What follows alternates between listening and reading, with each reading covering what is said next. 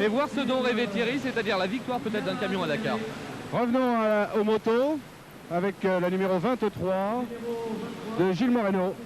Oui, Gilles Moreno avec une Yamaha Ténéré, un pilote espagnol. Chevronné qu'on connaît, hein, qui est déjà venu sur le Dakar. Oui, qui est déjà venu sur le Dakar. Vous voyez qu'ils sont chaudement équipés, notamment au niveau du casque. Ces casques qui sont des casques intégraux, et évidemment que l'on ne retrouve plus en Afrique après, puisque après ce sont des casques intégraux, mais des casques cross spéciaux, dans lesquels les pilotes peuvent respirer.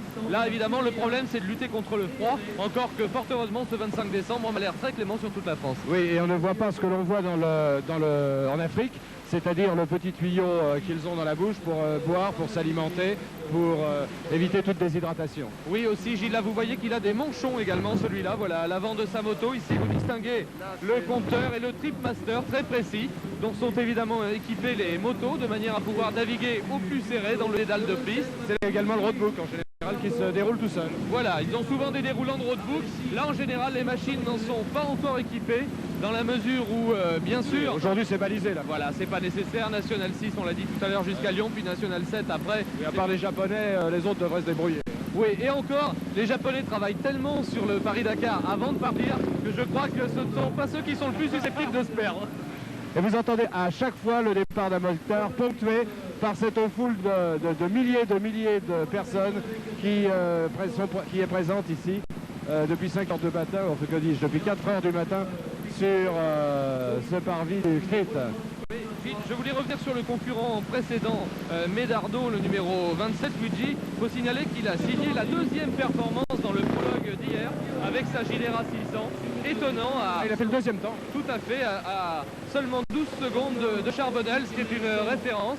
Charbonnel étant un superbe pilote d'enduro français. Donc Medardo, très bon pilote. Maintenant le numéro 29 sur le départ, c'est Marcaccini.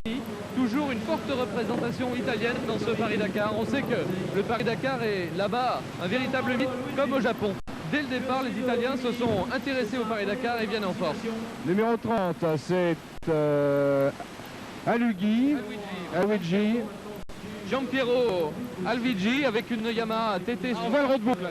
Voilà, on voit le déroulant, vous voyez, ici c'est très simple, sortie numéro 3, c'est ce qui concerne bien sûr la venue, probablement il n'a pas encore tourné, la venue ici sur le circulaire de la Défense, donc il va maintenant faire tourner son roadbook pour savoir où il va en sortant. Tiens, sur la moto du 31, si notre caméraman et notre réalisateur peuvent nous montrer à nouveau le roadbook, si roadbook il y a, ça serait intéressant de le regarder de près. Ça demande une petite manipulation, mais ça va se faire, hein, sur cette moto ou sur la prochaine, qu'importe. Parce que c'est vraiment très spectaculaire. C'est un roadbook qui se déroule selon la volonté du pilote. Voilà, c'est ça. Il y a également des commandes électriques de déroulant de roadbook, c'est-à-dire que certains pilotes ont équipé leur machine d'un bouton et ça leur permet, sur simple pression du bouton, de faire dérouler ce... Ah ben lui, il a son petit sac aussi dans le dos. Voilà, le numéro 32. Alors là, c'est Legvac sur une Honda Africa Twin.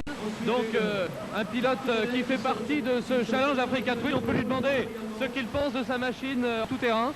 Déjà testé en tout-terrain? Ah oui, tout à fait, au prologue d'ailleurs je me suis bien défendu, contrairement à ce que je croyais, vu la lourdeur de la machine, mais ça se passe très bien vu le poids de cette machine. Bonne idée alors ce trophée Africa Twin. Excellente idée de la part d'Honda, oui. Eh bien, on vous remercie, on croise les doigts et bonne journée de Noël. Et le voilà parti pour Marseille. Ils s'arrêtent pour déjeuner, qu'est-ce qu'ils font sur la route? Ils ont le droit? Ils ont le droit, tout à fait, puisqu'ils ont un temps à gérer, qu'ils gèrent comme ils le veulent. Mais je crois qu'évidemment, tous les pilotes ont intérêt à rallier le plus rapidement possible Marseille, parce qu'on ne sait jamais ce qui peut se produire après. C'est-à-dire que tant qu'on n'est pas arrivé, c'est tout bête, on l'a vu hier pour Jacques Lafitte, mais il peut se produire tout un tas d'incidents. Une plaque de gasoil par exemple aussi également, surtout pour les motards, et puis la déconcentration au bout de 800 km de goudron. Donc je crois que les pilotes en général s'arrêtent un minimum et ont toujours tendance à avancer le plus possible. Vous qui êtes un habitué du Dakar, est-ce qu'il y a beaucoup d'éliminés, beaucoup d'abandons lors de cette traditionnelle première étape française? Non, heureusement il y en a très peu. Ça peut être une bêtise quand c'était le cas pour Jacques Lafitte, puisqu'évidemment la fiabilité du Nissan n'est absolument pas à mettre en cause, mais c'est un problème mécanique particulier. Ici le numéro 34 au départ, Hubert Vitu avec une Husky Varna. Attention à ces machines, également une 510, excellente machine d'enduro, très légère. Donc, on en parlera pendant le Dakar. Oui, on aura le temps d'en reparler. Ici le 36, Daniel Fischer. Ah bah oui, 10e Dakar. C'est une figure. Daniel Pêcheur, c'est votre 10e Dakar. Qu'est-ce qui vous motive comme ça de revenir chaque année sur ce Dakar?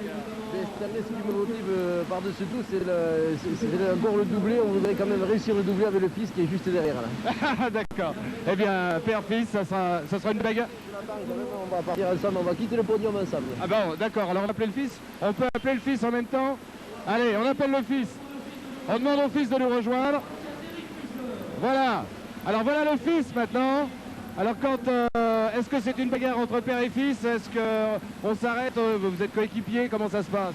Oui, on va rouler ensemble et on va essayer d'arriver à Dakar tous les deux. Bien. Eh bien, c'est ce que nous vous souhaitons. En tout cas, c'est très sympathique, très émouvant aussi. Félicitations.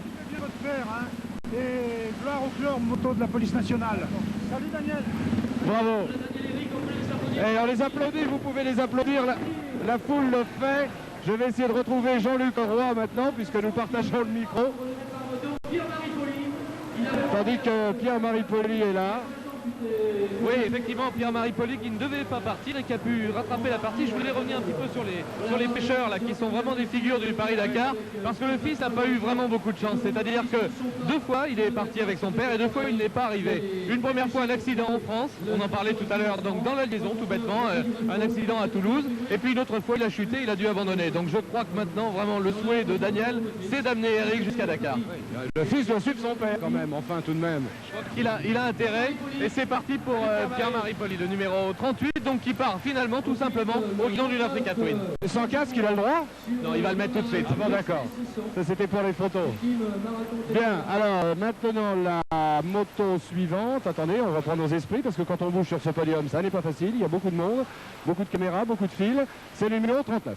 Oui, la machine numéro 39, donc avec Philippe Bergeron et sa Yamaha Ténéré. Alors il faut savoir que Yamaha, vous voyez cette machine qui est très bien préparée, a également mis sur pied cette année une opération dans le même esprit. C'est-à-dire qu'elle permet à une vingtaine, je crois qu'ils sont 18 exactement, concurrents privés, de partir dans les meilleures conditions. Ici, c'est Gilles Francru, le numéro 40. Alors lui, c'est également un excellent pilote. Hein. Gilles Francru, un enduriste qui a été champion de France à plusieurs reprises. Voilà, qui a gagné le Touquet, tout à fait. C'est un pilote très très rapide avec sa Honda, qui revient au Paris-Dakar, qui était venu avec des machines de temps également, avec des KTM il y a plusieurs années. Donc un excellent pilote. Je pense qu'on va pouvoir retrouver Gilles dans de bonnes conditions dans certaines étapes. Je suis en train de regarder dans quelle catégorie il est engagé. Lui aussi c'est en marathon, donc il a choisi de partir en fonction de ses moyens et probablement d'essayer de remporter la catégorie marathon réservée aux motos de série. Alors marathon, ça veut dire qu'il se débrouille tout seul avec son sac à dos. Voilà, et puis aussi qu'il a une machine qui est rigoureusement proche de la série, c'est-à-dire que très très peu de modifications sont autorisées, simplement les modifications de sécurité. Ici, Ozano, qui était là également l'an dernier, toujours cet objectif Dakar Africa Twin, c'est-à-dire ces machines qui sont toutes semblables. Ils sont une vingtaine cette année, ils étaient 47 l'an dernier au départ, et qui permet à des privés de participer au Paris-Dakar dans les meilleures conditions et pour une somme surtout très réduite. Voilà, c'est une bonne idée d'encouragement donc pour tous ceux qui aiment l'aventure, qui sont capables de la réaliser. Ah oui, là, il faut de toute façon une condition physique extraordinaire. Et vous voyez ici, tout ce public est venu se masser au départ sur les marches qui nous font face ici, qui font face à ce podium. Donc les marches qui sont sous l'arche de la Défense, face au palais du CNIT que vous distinguez. Plusieurs dizaines de milliers de personnes ici. Le départ de ce Dakar, c'est vraiment toujours la fête et nous apercevons Philippe Bruet qui n'est pas encore prêt, qui est en position, je vous le dis tout de suite, afin de pouvoir interviewer à tout moment les concurrents qui démarrent. Il n'est pas tout à fait placé au même endroit que nous, parce qu'il pourra les interviewer un peu plus longuement. Nous sommes au moment du décompte et quand on leur fait dire quelques mots, c'est avec la gentillesse des organisateurs de TSO, mais on fait perdre un petit peu de temps. Alors il vaut mieux les interviewer quand ils sont avant l'entrée sur le podium, avant le départ. Et là, vous entendrez tous les grands champions qui animent ce Dakar, bien sûr. Voilà, là c'est un petit peu difficile, d'autant que les départs sont donnés toutes les 30 secondes pour des raisons de rapidité, bien sûr. Donc c'est toujours un petit peu difficile de leur arracher quelques mots. La plupart sont casqués également, ce qui pose un problème. Ici, vous voyez toute la file des concurrents qui attendent patiemment et on distingue notamment les équipes, je crois, Yamaha dans le fond, numéro 43. Officiel. 43 qui arrive. Oui, 43, je regarde un tout petit peu plus loin, à un tour du 60. 43, c'est Bastille, non? Oui, le 43, c'est ça, Patrick Bastille. Toujours l'opération Africa Twin et certaines de ces motos ont d'ailleurs participé déjà au Paris-Dakar l'an dernier, exactement dans les mêmes conditions. Alors, vous qui avez fait de nombreux Dakar en tant que concurrent, qu'est-ce qu'on ressent quand on est dans la file, là, tiens, on la voit, là, en tête, quand on est dans la file, soit en moto, soit en voiture, et puis qu'on attend, là?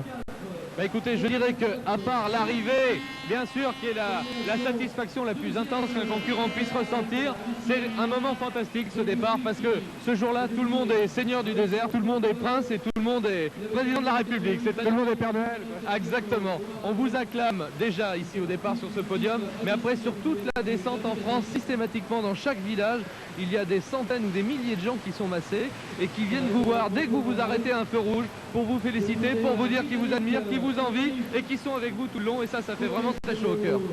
La moto numéro... Je suis pourtant pas réveillonné, je vous assure. La moto numéro 45, c'est celle de Fox.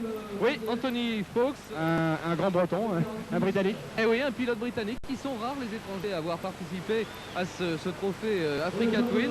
Mais vous voyez que lui est venu de Grande-Bretagne.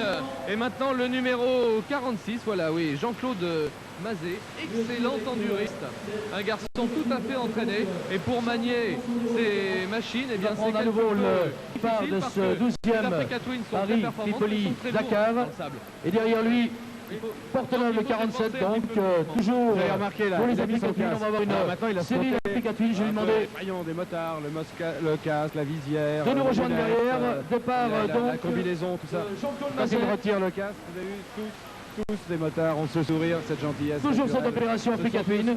Et c'est des pas péjoratifs, des braves types, on les aime bien.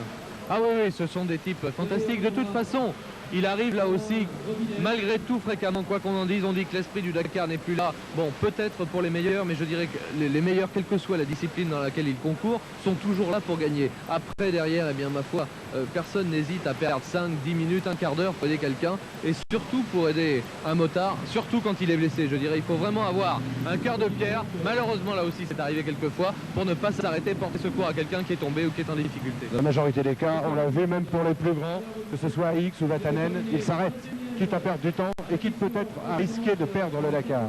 Oui, je crois que ça c'est un petit peu comme les gens qui roulent très vite dans les villages.